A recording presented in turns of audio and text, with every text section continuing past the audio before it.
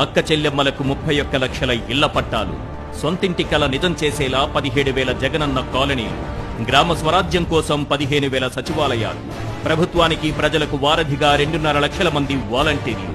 అన్నదాతకు ఆసరాగా 10,500 ఆర్బీకేలు, పేదవాడి ఆరోగ్యానికి అందుబాటులో 10,000 విలేజ్ క్లినిక్లు,